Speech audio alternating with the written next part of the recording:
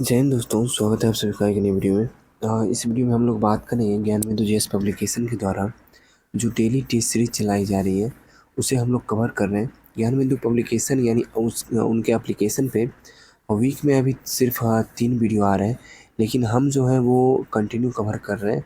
और ये वीडियो जो है वो लास्ट वीडियो हो जाएगी अभी तक जितने क्लास करवाए गए हैं उसके अनुसार। तो हमने क्या सोचा है कि इसके बाद इससे पहले मंथ में यानी इससे पिछले मंथ में जो क्लास करवाया गया है उसे हम लोग एक एक करके कवर करते जाएंगे। इससे ये होगा कि हम लोग एक मंथ में 2 मंथ का क्लास कवर कर लेंगे और बहुत ही इंपॉर्टेंट क्लास है, आपको भी पता है, मुझे भी पता है, ठीक। तो आज का क्लास जो होगा ये टेस्ट नंबर 9 होगा। टेस्ट नंबर 8 तक मैं दे चुका हूँ अपने चैनल पे, तो टेस्ट नंबर 9 होगा ये। और इसमें से आपको जो है आज ये दिनांक आप देख लीजिए, ये अपडेटेड सीट है।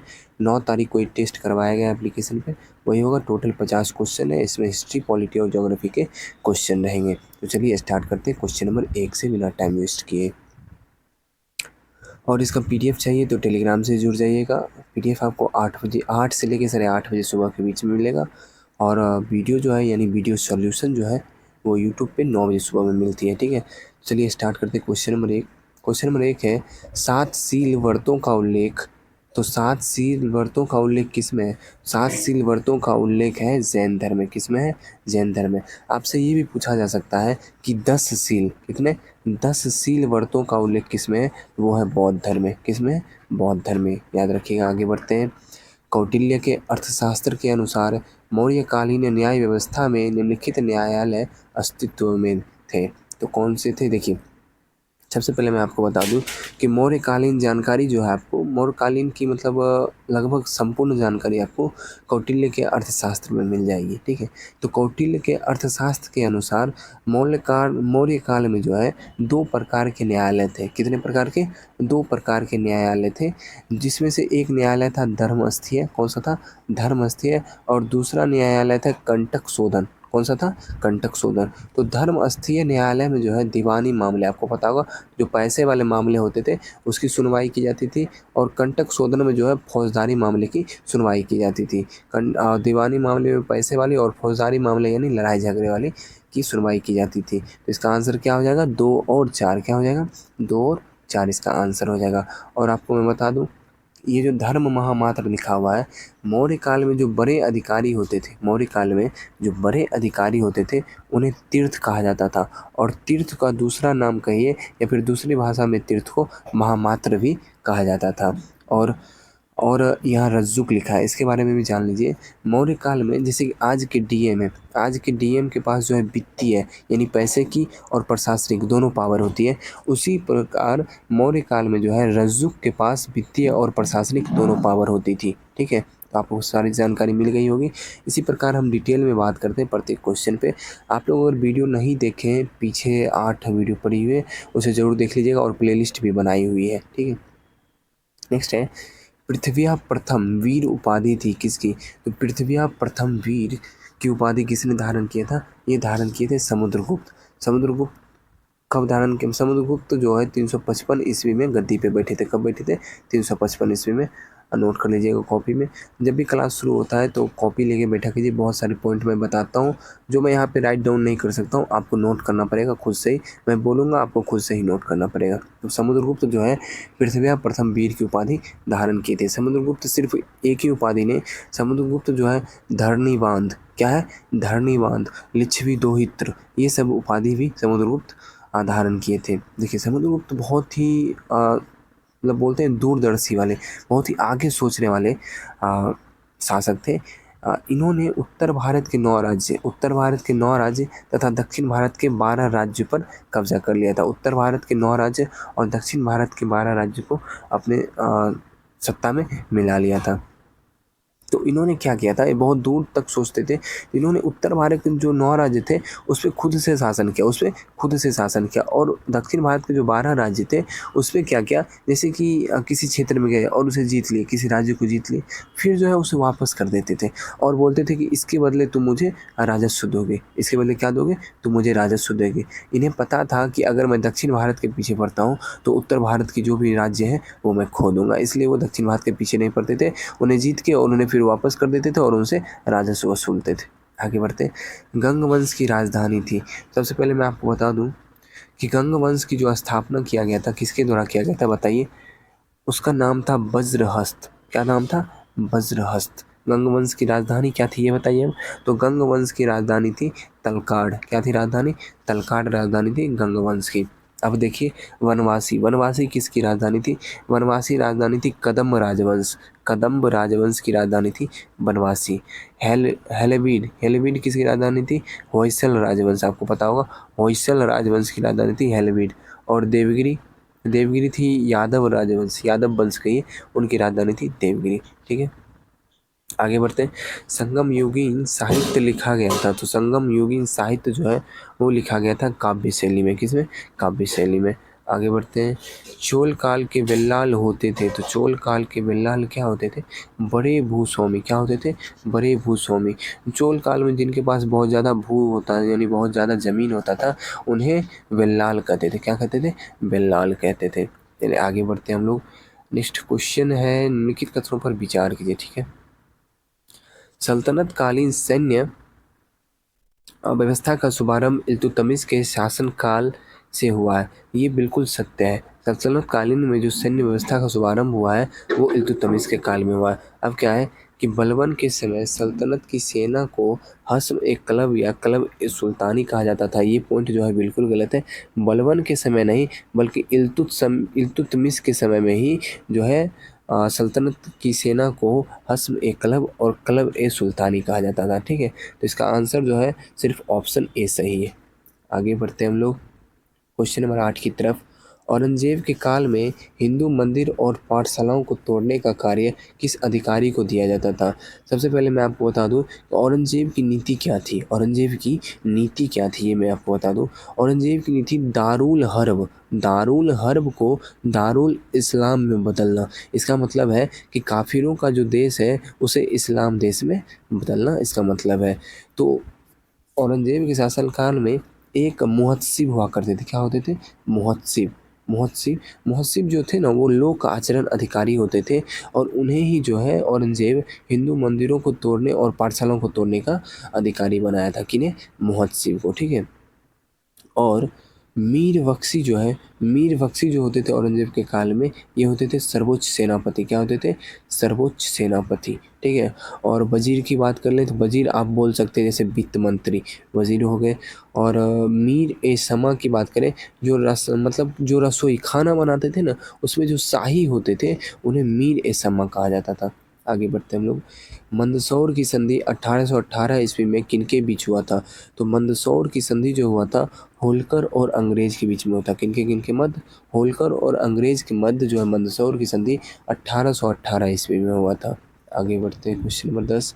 तूफानी हिंदू उपनाम से किन्हें जाना जाता है? तो तूफानी हिंदू उपनाम से जाना जाता है स्वामी विवेकानंद को। आपको वो वाली कहानी याद ही होगी अमेरिका के शिकागो में जो 1893 में स्वामी विवेकानंद भाषण दिए थे। और इनकी भाषण इतनी लोकप्रिय क्यों हो गई क्योंकि उसमें जो है ना वो अपनी बड़ाई नहीं किए। उसमें जो है अपनी वो बड़ाई नहीं किए। वो मानवतावाद पे मानवतावाद इस पॉइंट पे बहुत ज़्यादा बात किए थे। बाकी वो बात मैं कभी अन्य वीडियो में आपको अच्छे से बताऊंगा। ठीक है ना, लेकिन आपको कहीं पे उनकी वो भाषण मिल जाए ज़रूर उसे पढ़ लीजिएगा या सुन लीजिएगा। ठीक है, एनी बेसेंट सितंबर 1916 में मद्रास में होम रूल लीग की स्थापना की। इन्होंने अपने लीग का अध्यक्ष किसे नियुक्त किया? सबसे पहली बात मैं बता दूं, एनी बेसेंट जो सितंबर 1916 में मद्रास में होम रूल लीग की स्थापना की इसमें इन्होंने किसी को भी अध्यक्ष नहीं बनाया था बल्कि इसमें जो है वह स्वयं ही अध्यक्ष थे। इसमें वह स्वयं ही अध्यक्ष थे। तो इसका आंसर हो जाएगा ऑप्शन नंबर डी। लेकिन इन्होंने एक सचिव नियुक्त किया था। इन्होंने एक सचिव नियुक्त किया था जिनका नाम था जोसेफ बैप्टिस्टा। क्या नाम था? Joseph Baptista. ठीक है, चलिए आगे बढ़ते हैं क्वेश्चन नंबर 12 की तरफ। क्वेश्चन नंबर 12 है हूल विद्रोह का संबंध किस राज्य से था? तो हूल विद्रोह, चलिए थोड़ा डिटेल में बात करते हैं हम लोग। चलिए हूल विद्रोह को आप संथाल विद्रोह भी कह सकते हैं। हूल विद्रोह का दूसरा नाम है संथाल विद्रोह। क्या नाम है? संथाल विद्रोह। और यह विद्रोह कब हुआ था? 1855 से 1856 में। ठीक है, यह विद्रोह कब हुआ था? 1855 से 1856 में। और किसके नेतृत्व में हुआ था? सिंधु कान्हू चांद और भैरव। सिंधु कान्हू के नेतृत्व में हुआ था। सिंधु कान्हू चांद और भैरव ये चारों अपने भाई थे। ठीक है। और ये किस राज्य में हुआ था? ये हुआ था झारखंड राज्य में। आगे बढ़ते हैं, बोअर युद्ध किस अवधि में हुआ था? तो बोअर युद्ध जो है वो हुआ था 1899 से 1902 की अवधि में। कब हुआ था? 1899 के 1902 की अवधि में। अब मैं आपको बता दूं कि बोअर युद्ध के दौरान जो है दक्षिण अफ्रीका में, बोअर युद्ध के दौरान, बोअर युद्ध जो हुआ था वो दक्षिण अफ्रीका में हुआ था। और दक्षिण अफ्रीका में उस दौरान जो है महात्मा गांधी, हमारे देश के जो राष्ट्रपिता कहे जाते हैं महात्मा गांधी, वो दक्षिण अफ्रीका में ही थी। और इसी युद्ध के दौरान जो है महात्मा गांधी ने एम्बुलेंस की शुरुआत करवाई थी। किसकी? एम्बुलेंस की शुरुआत करवाई थी बोअर युद्ध के दौरान, ठीक है।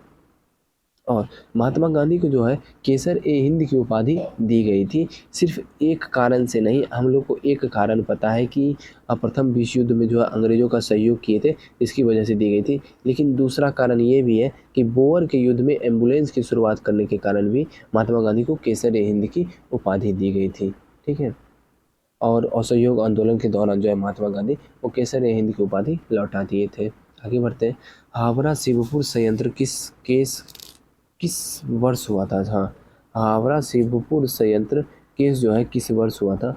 ये जो हुआ था ना, ये हुआ था 1910 ईस्वी में। और क्यों हुआ था ये मैं आपको बता दूं कि डीएसपी थे, मतलब डीएसपी रैंक के एक थे जिनका नाम था शमसूर आलम। क्या नाम था? ये हावड़ा के थे, शमसूर आलम नाम था। क्या नाम था? शमसूर आलम। इनकी जो है ना हत्या कर दी गई थी अनुशीलन समिति के सदस्य के द्वारा।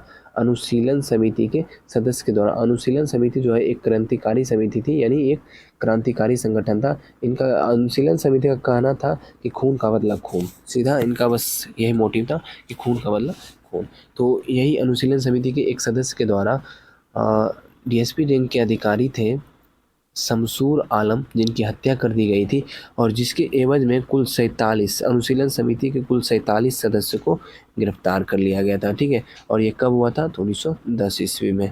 आगे बढ़ते हैं, पृथक पाकिस्तान की मांग को पहली बार आंशिक मान्यता दी गई थी। कब? तो पृथक पाकिस्तान की मांग को जो है पहली बार आंशिक मान्यता दी गई थी क्रिप्स प्रस्ताव के दौरान, जो कब आया था? तो मार्च 1942 में आया था। कब आया था? मार्च 1942 में। क्रिप्स प्रस्ताव में सिर्फ एक ही व्यक्ति आए थे, आपको पता है। और इनमें जो है क्रिप्स प्रस्ताव में कैसे कह सकते हैं कि आंशिक रूप से मान्यता दी गई थी? तो क्रिप्स प्रस्ताव का कहना था, यानी क्रिप्स मिशन का कहना था कि भारत के वैसे राज्य जो अलग होना चाहते हैं, यानी भारत से जो अलग होना चाहते हैं, उन्हें अलग होने का अधिकार दिया जाएगा। ये नहीं बोला गया कि उन्हें अलग कर दिया जाएगा, ये नहीं बोला गया। ये बोला गया कि उन्हें अलग होने का अधिकार दिया जाएगा। तो मुस्लिम लीग तो ये सोच के रखा था कि मुझे अलग कर दिया जाएगा, लेकिन इसमें बोला गया कि कर दिया जाएगा। करेगा कि नहीं करेगा ये कंफर्म नहीं किया गया, कर दिया जाएगा ऐसा बोला गया। इसलिए मुस्लिम लीग भी जो है इसे एक्सेप्ट नहीं किया था। इसका आंसर ऑप्शन नंबर सी होगा। और कांग्रेस तो एक्सेप्ट करी नहीं किया था, ये तो पता ही है। और इसके बारे में आपको पता है कि टूटे हुए बैंक का चेक, ये बोला गया था पोस्ट डेटेड चेक किनके द्वारा? जवाहरलाल नेहरू और महात्मा गांधी के द्वारा बोला गया था। नेक्स्ट है, सिपकिला दर्रा जोड़ता है। तो सिपकिला दर्रा जो है वो किसको किसको जोड़ता है बताइए? वो जोड़ता है शिमला को तिब्बत से। सिपकिला दर्रा जो जोड़ता है, सबसे पहली बात कि सिपकिला दर्रा कहाँ है? सिपकिला दर्रा है हिमाचल प्रदेश में। कहाँ है? हिमाचल प्रदेश में। इसका एक ट्रिक आप याद रख सकते हैं, सराब। क्या नाम है? सराब। क्या नाम है? सराब। ये तो याद ही हो जाएगा, पता है मुझे। सौ से हो जाएगा सिपकिला, रौ से हो जाएगा रोहतांग और बौ से हो जाएगा बारालाचा, ठीक है। तो ये तीनों दर्रा जो है वो हिमाचल प्रदेश में, आप लोग ध्यान रखिएगा। और ये जो जोड़ता है सिपकिला दर्रा शिमला से तिब्बत को जोड़ता है। और श्रीनगर को गिलगित से कौन सा दर्रा जोड़ता है? अपने कॉपी में लिख लीजिएगा, बुर्जिला दर्रा। कौन सा दर्रा? बुर्जिला दर्रा है जो श्रीनगर से गिलगित को जोड़ता है। और जम्मू से श्रीनगर को जोड़ता है बनिहाल दर्रा। जम्मू से श्रीनगर को कौन सा दर्रा जोड़ता है? बनिहाल दर्रा। और भारत एवं म्यांमार को जोड़ता है तुजू दर्रा। कौन सा? तुजू दर्रा, ठीक है।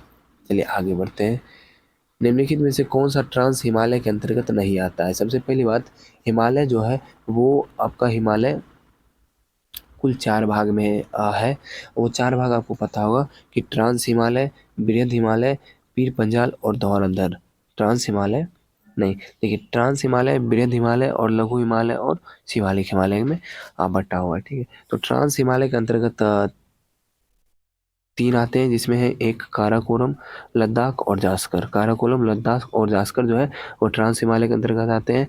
और बृहद हिमालय के अंतर्गत जो आते हैं पीर पंजाल आते हैं और धौलाधर आते हैं। कौन कौन? पीर पंजाल और धौलाधर, ठीक है। तो इस अनुसार क्या ट्रांस हिमालय के अंतर्गत कौन कौन नहीं आता है वो पूछा गया है।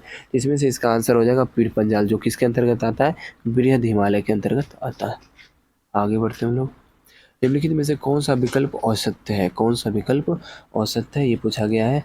तो चमेरा परियोजना रावी नदी पर सही है, फरक्का परियोजना हुगली नदी पर, ये जो है गलत है। तो इसका आंसर हो जाएगा ऑप्शन नंबर बी। फरक्का परियोजना जो है वो भागीरथी नदी पर, कौन सी नदी पर? भागीरथी नदी पर, ठीक है। कॉपी में नोट कर लीजिए। टनकपुर परियोजना शारदा नदी पर है और तुलबुल परियोजना झेलम नदी पर है। आगे बढ़ते हैं। जोन्हा जलप्रपात किस राज्य में है? जोन्हा जलप्रपात जो है वो किस राज्य में है? वो है झारखंड राज्य में। किस राज्य में? झारखंड राज्य के राडू नदी पर। किस नदी पर? राडू नदी, लिख लीजिएगा। झारखंड राज्य के राडू नदी पर जोन्हा जलप्रपात है। नेक्स्ट, उष्णकटिबंधीय अभिसरण क्षेत्र है एक। तो उष्णकटिबंधीय अभिसरण क्षेत्र है निम्न वायुदाब वाला क्षेत्र। कौन सा क्षेत्र है? निम्न वायुदाब वाला क्षेत्र है उष्णकटिबंधीय अभिसरण क्षेत्र। नेक्स्ट है, निम्नलिखित कथनों में विचार कीजिए। निम्नलिखित कथनों पर विचार कीजिए।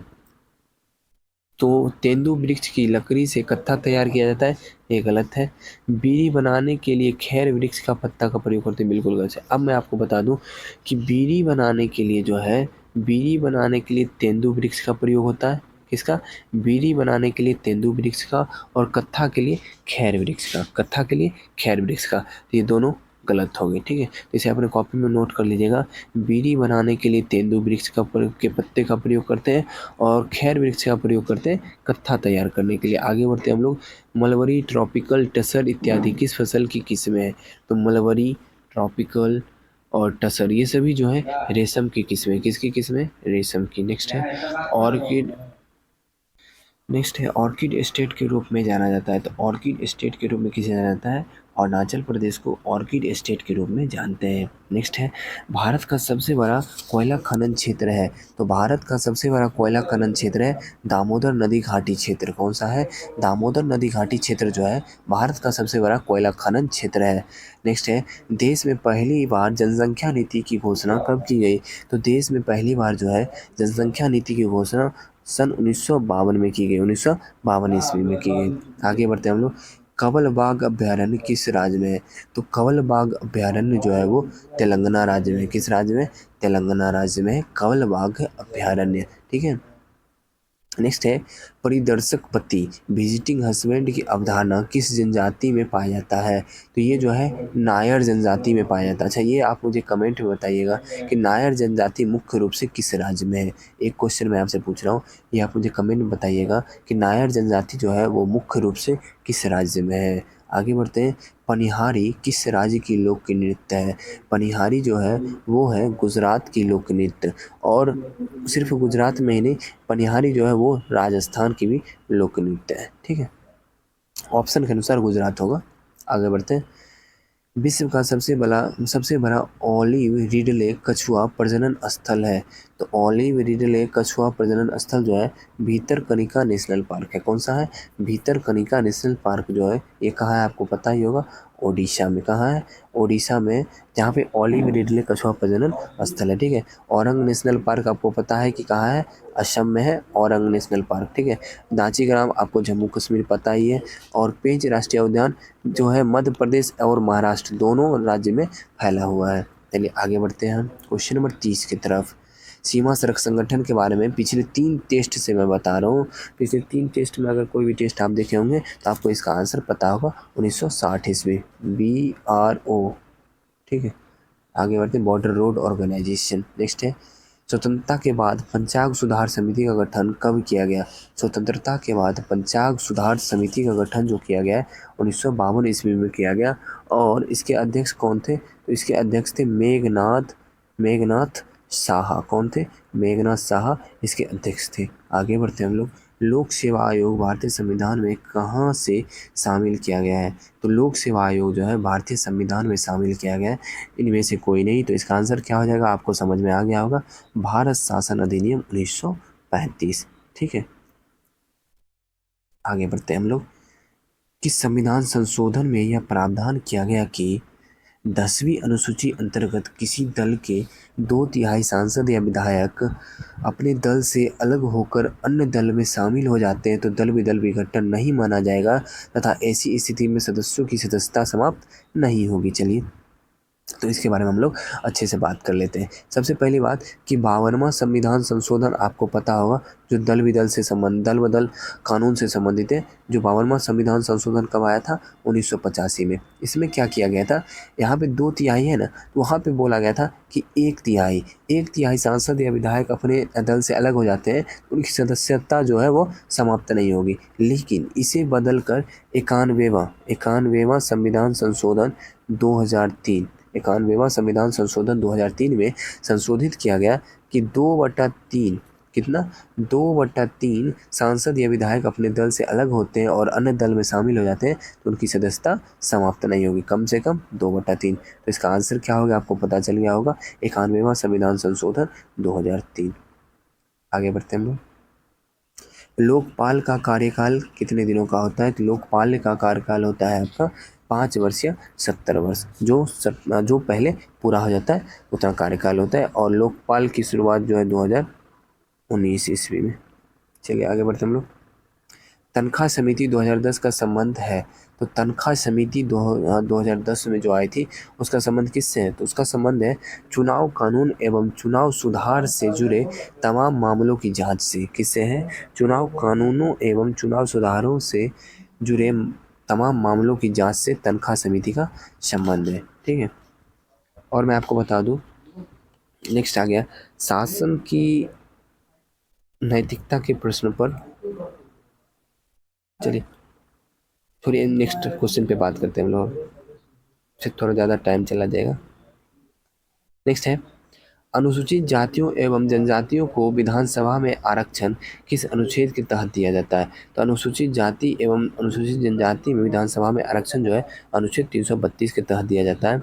ये विधानसभा में पूछा गया है, लेकिन अगर यहीं पे लोकसभा रहता तो इसका आंसर हो जाता अनुच्छेद 330। कल के वीडियो में मैं बताया था इसके बारे में डिटेल में। ठीक है। योजना आयोग के प्रथम उपाध्यक्ष कौन थे? तो योजना आयोग के प्रथम उपाध्यक्ष थे गुलजारी लाल नंदा। कौन थे? गुलजारी लाल नंदा जो थे योजना आयोग के प्रथम उपाध्यक्ष थे। मूल संविधान में सर्वोच्च न्यायालय में कुल कितने न्यायाधीश का प्रावधान है? तो मूल संविधान में जो है सर्वोच्च न्यायालय में कुल कितने न्यायाधीश का प्रावधान है ये बताइए। तो इसमें जो है कुल 8 न्यायाधीश का प्रावधान है। कितने? कुल 8 न्यायाधीश का प्रावधान है। वित्त आयोग कैसी संस्था है? सबसे पहली बात, वित्त आयोग जो है, वित्त आयोग का वर्णन आपको अनुच्छेद 280 में, कितने में? अनुच्छेद 280 में। ठीक है। अनुच्छेद 280 में अगर वित्त आयोग का चर्चा है तो ये हो जाएगी संवैधानिक, तो ये क्लियर हो गया। और वित्त आयोग अगर कोई रिपोर्ट अपना पेश करती है तो संसद उनसे मानने के लिए बाध्य नहीं है। अगर उसे मानने के लिए जब संसद बाध्य नहीं है इसका मतलब है कि वो सलाहकारी, वो सलाह दे सकता है, मतलब ये एक सलाहकारी संस्था भी है और वित्त आयोग एक अर्धन्यायिक संस्था भी है। तो इनमें से सभी आंसर हो जाएगा। नेक्स्ट है, भारतीय संविधान के अंतर्गत अनुच्छेद 120 प्राधिकार प्रदान करता है। तो भारतीय संविधान के अंतर्गत अनुच्छेद 120 जो है विधानमंडल में प्रयोग की जाने वाली भाषा का प्राधिकार प्राप्त करता है, अनुच्छेद 120। नेक्स्ट है, फास्ट ट्रैक कोर्ट का गठन किसकी सिफारिश पर हुआ था?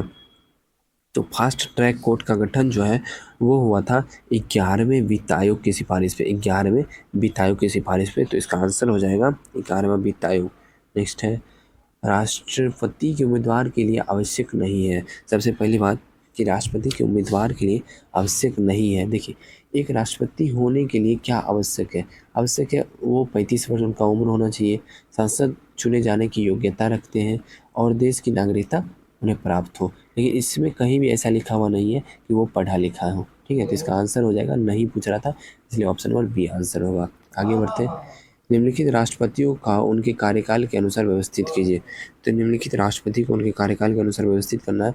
तो सबसे पहले मैं बता दूं, नीलम संजीव रेड्डी, इनका कार्यकाल है 1977 से, अपने कॉपी में नोट कीजिएगा, 1982 तक। ठीक है। दूसरा है ज्ञानी जेल सिंह, जो 1982 से 87 तक। नेक्स्ट है आर वेंकट रमन, जो है 87 से 92 तक। और नेक्स्ट के आर नारायण, और इनका कार्यकाल है 97 से 2002 तक।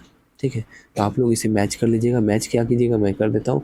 4132, इसका आंसर 4132 ऑप्शन नंबर बी हो जाएगा। आगे बढ़ते हैं क्वेश्चन नंबर 44। भारतीय संविधान के अनुच्छेद 25 में प्रयुक्त हिंदू शब्द किससे सम्मिलित नहीं करता है? तो हिंदू शब्द जो है वो पारसियों को सम्मिलित नहीं करता है, क्योंकि बौद्ध गौतम बुद्ध जो थे हिंदू धर्म में इनकी जन्म हुई थी, बाकी ये बौद्ध धर्म में परिवर्तित हो गए थे या फिर ज्ञान की प्राप्ति कर लिए थे। जैन धर्म जो महावीर थे ये इनकी भी जन्म मतलब हिंदू धर्म में हुई थी। सिख के जो अनुयायी थे यानी स्टार्टिंग जहाँ से सिख की हुई थी वो भी हिंदू धर्म से ही संबंधित थे। चलिए आगे बढ़ते हैं। छत्तीसगढ़ का निर्माण किस राज्य की विभाजन से हुआ है? तो छत्तीसगढ़ का जो निर्माण हुआ है वो हुआ है मध्य प्रदेश के विभाजन से। और छत्तीसगढ़ की स्थापना आपको पता होगा 1 नवंबर 2000। कब हुआ है? 1 नवंबर 2000। आगे बढ़ते हैं हम लोग। हाल ही में डेनमार्क की महारानी मार्गरेट द्वितीय ने कब औपचारिक रूप से अपना पदत्याग की घोषणा की? तो डेनमार्क की महारानी मार्गरेट द्वितीय जो है वो 14 जनवरी 2024 को अपने पद से पदत्याग की घोषणा की। नेक्स्ट है, हाल ही में किस राज्य सरकार ने राजीव गांधी स्वरोजगार स्टार्टअप योजना शुरू किया है? तो ये आंसर अगर मैं आपको नहीं भी बताऊँ ना फिर भी आप इसका आंसर टिक कर सकते हैं, क्योंकि इन 4 राज्य में सिर्फ एक राज्य में कांग्रेस की सरकार है, और जिस राज्य में कांग्रेस की सरकार होगी उसी में राजीव गांधी की चर्चा होगी। तो वो राज्य आपका हिमाचल प्रदेश। वो राज्य कौन सा है? हिमाचल प्रदेश। आगे बढ़ते हैं। हाल ही में भारत विश्व की सबसे बड़ी रेडियो टेलीस्कोप परियोजना में शामिल हुआ। ये कहाँ स्थापित किए जाएंगे? तो ये कहाँ स्थापित किए जाएंगे? ये स्थापित किए जाएंगे दक्षिण अफ्रीका और ऑस्ट्रेलिया दोनों जगह। कहाँ कहाँ? दक्षिण अफ्रीका और ऑस्ट्रेलिया दोनों जगह। उपयुक्त दोनों होगा। नेक्स्ट है, MS स्वामीनाथन पुरस्कार से किसे सम्मानित किया गया है? तो MS स्वामीनाथन पुरस्कार से किसे सम्मानित किया गया है? प्रोफेसर VR कंबोज को। इसको प्रोफेसर VR कंबोज को MS स्वामीनाथन पुरस्कार से सम्मानित किया गया। नेक्स्ट है, किस राज्य के राज्यपाल ने आयुष्मान योजना के तहत कैशलेस स्वास्थ्य सुविधा का उद्घाटन किया है? तो किस राज्य के राज्यपाल है? वो है हरियाणा के राज्यपाल। कौन है? हरियाणा के राज्यपाल कौन है? बंडारू दत्तात्रेय। कौन है? बंडारू दत्तात्रेय। लिख लीजिएगा अपने कॉपी में, ठीक है। तो आज का सेट यही समाप्त हो गया। आशा करता हूँ सेट पसंद आया होगा। सेट पसंद आया है तो वीडियो को लाइक कर दीजिएगा। चैनल पे नए आए हैं चैनल को सब्सक्राइब कर लीजिएगा, क्योंकि डेली बेसिस पे ये अभी आप लोग को प्रोवाइड करवाया जा रहा है। लेकिन अभी जो है 11वीं तो GS पब्लिकेशन के द्वारा वीक में सिर्फ 3 टेस्ट करवाया जा रहा है, क्योंकि बिट्टू झा सर अभी एब्सेंट चल रहे हैं। अगर बिट्टू झा सर होते तो वीक में 5 टेस्ट कवर करवाया जाता, ठीक है। लेकिन वो अभी एब्सेंट चल रहे हैं, जिसकी वजह से सिर्फ 3 टेस्ट कवर करवाया जा रहा है। तो मैं ऐसा सोचा हूँ कि पिछली मंथ में जो टेस्ट हुए उसे हम लोग एक एक करके कवर करते जाएंगे इसके बीच में, ठीक है। तो आशा करता हूँ पसंद तो आया ही होगा, क्योंकि इतना ज़्यादा मेहनत कर रहा हूँ आप लोग के लिए। तो वीडियो को तो लाइक कर ही दीजिएगा, और अपने दोस्तों को शेयर ज़रूर कीजिएगा जो इसे ख़रीद के पढ़ नहीं सकते हैं, ठीक है। जो ख़रीद के पढ़ नहीं सकते उन्हें शेयर ज़रूर कीजिएगा। चलिए मिलते हैं नेक्स्ट वीडियो में। जय हिंद।